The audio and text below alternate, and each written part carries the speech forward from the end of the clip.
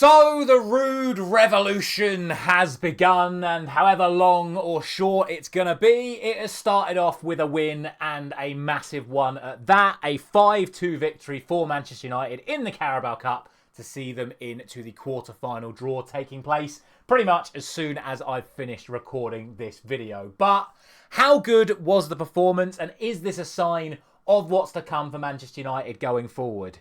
To be honest with you, even as a very happy Manchester United fan right now, I wasn't too convinced by that performance, to be honest with you. It really wasn't what I would say a 10 out of 10 performance. It was nowhere near a perfect performance. Arguably, it wasn't even a great performance. It was a good performance and a good result against Leicester's reserves. Bear in mind, Leicester are promoted from the Championship. They're down near the bottom of the Premier League. Okay, fine. We're down near the bottom of the Premier League as well. But we're as close to the relegation zone as we are to the top four. So don't let that get it twisted from you. But we've beaten Leicester's reserves 5-2. And I've seen a lot of people online talking about how brilliant we were in that first half, the chances we were creating, the goals we were scoring, and how much better we were playing. But again, I was sitting there thinking, actually the only difference between tonight's game and the West Ham game, certainly in that first half, is that point that we were actually taking our chances. And I thought it best just to bring up the stats from the two matches so you can actually see them side by side. And to be honest, those stats back up what I was thinking. Because on the left-hand side here, you've got the first half from today's game against Leicester. On the right-hand side, you've got the first half against West Ham. In today's game, 56%, 1.3 XG, 3 big chances, and more importantly, 4 goals to Manchester United. However, against West Ham, we had even more possession, even higher XG, even more big chances created, but we came away with 0 goals at half-time. What makes it even more interesting, the reason why I've highlighted this Diogo Dalot shot here, is this is Diogo Dalot's miss, which clocked in at 0.46 XG. You take that out, that brings us down to about 1.26. So basically, even with the Dalot open goal not being included against West Ham, we then matched the West Ham performance in today's first half. And that's the difference. The actual difference is today, we actually took our chances. So that's why I don't want to go too crazy about how much better we played today. Because I don't think we actually did play better. I think today we scored our goals. Whereas against West Ham, we didn't score our goals. Certainly in the first half. And if we're being honest, let's look at the goals we scored. Casemiro scored an absolute worldie that will probably only happen once a season, if that. Bruno's goal was a free kick that deflected in off James Justin. Otherwise, the goalkeeper would have saved it. Garnacho's goal was about 2 yards offside. Casemiro's second goal was a header that he should have scored that came off both posts, came back out to Casemiro, who then scored the open goal rebound. And Bruno's goal was from a short back pass that was under hit. It's a defensive mistake, albeit it was then well taken by Bruno Fernandes. So, actually, you can point faults at every single goal we've scored today as well, other than Casemiro's. Obviously, you can't take anything away from Casemiro's goal. It's just that's a one-a-season goal, not a we'll score that every week sort of goal. So, when you put it in that sort of light, I don't think we did as well as what the scoreline suggests. However, what I did like is our performance in the second half. Because in the West Ham game, in that second half, we dropped off. We completely fell apart. We weren't playing well in that second half. And that ultimately led to West Ham getting the go-ahead goal. We did get back into it and then the penalty and blah-de-blah-de-blah. Second half today, we didn't stop.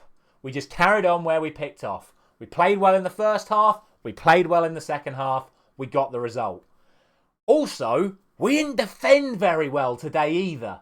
Like, the 2 goals that Leicester scored were so poor. So poor. Bayandi's got to hold his hands up for the first goal for just coming out and showing a real weak punch. He has to command his penalty area. If he's going to come out and claim that punch, he's got to bosh it. Absolutely bosh it. And he sort of flaps at it. David De Gea-esque. Straight to El Canouse. And hello to my Moroccan fans if you are still watching. El Canouse, one of the stars of the Olympics. Brilliant finish from him to make it whatever it was. I think it was 2-1 at the time. And then yet another set-piece goal conceded. So the cracks are still there. The weaknesses in our defence are still there.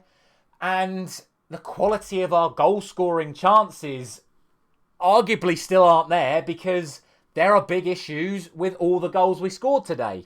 Offside, rebound, defensive mistake. But at least we're capitalised on them today. And that's the difference. And that's what breeded the confidence to progress us in the second half. So there are a lot of positives to take away from this game, but there's a lot of, let's be a little bit careful going into this game against Chelsea. Because honestly, I sit here right now, and whether it's Ruud van Nistelrooy or whether it's Amorim or whoever is going to be in charge of the game against Chelsea, I think if we play the way we played tonight, we still don't beat Chelsea. I really don't. I cannot stress to you enough that this was Leicester's B team and we've scored some very jammy goals tonight. We really have.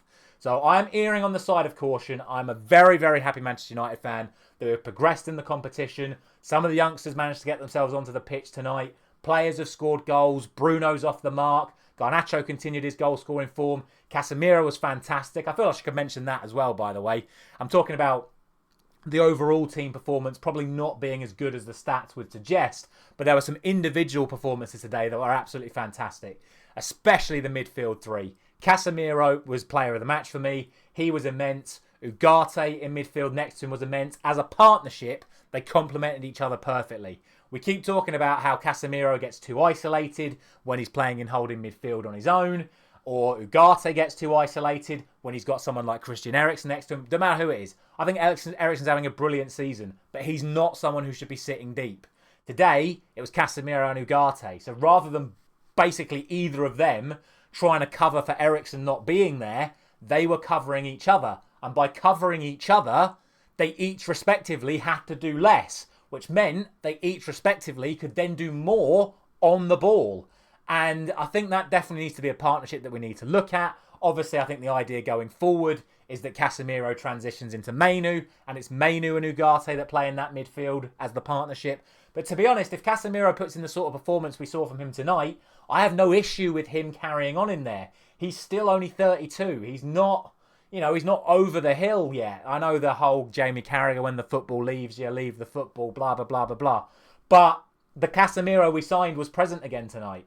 And if he's got someone who's willing to run around and do as much hard work as he is in the side alongside him, like Ugarte, then you've got a partnership that you can build on. And I really, really enjoyed that today. And then ahead of them, Bruno Fernandes was fantastic as well. There was a lot less of the flicks. I'm not going to say they stopped, because they absolutely did not stop. He definitely still gave the ball away far too many times for my liking, but he was a little bit more controlled today. He was creating chances for Garnacho and playing it out to Dalot and trying to feed Xerxes and trying to feed Rashford and then Højlund and Wheatley once they come on, and Ahmad as well. And like I say, his free kick is very lucky, but his second goal, he earned his second goal by charging down the defence, creating the mistake, and then had the composure to roll it round the keeper and then score the goal. So I'm happy for Bruno. Hopefully that kickstarts his season as well. But this performance was not without poor ones as well. I think Xerxes, again, really struggled tonight. In a game where we're scoring 5 goals, Joshua Xerxes essentially did nothing. He really struggled out there. His passing was poor. His shooting was poor.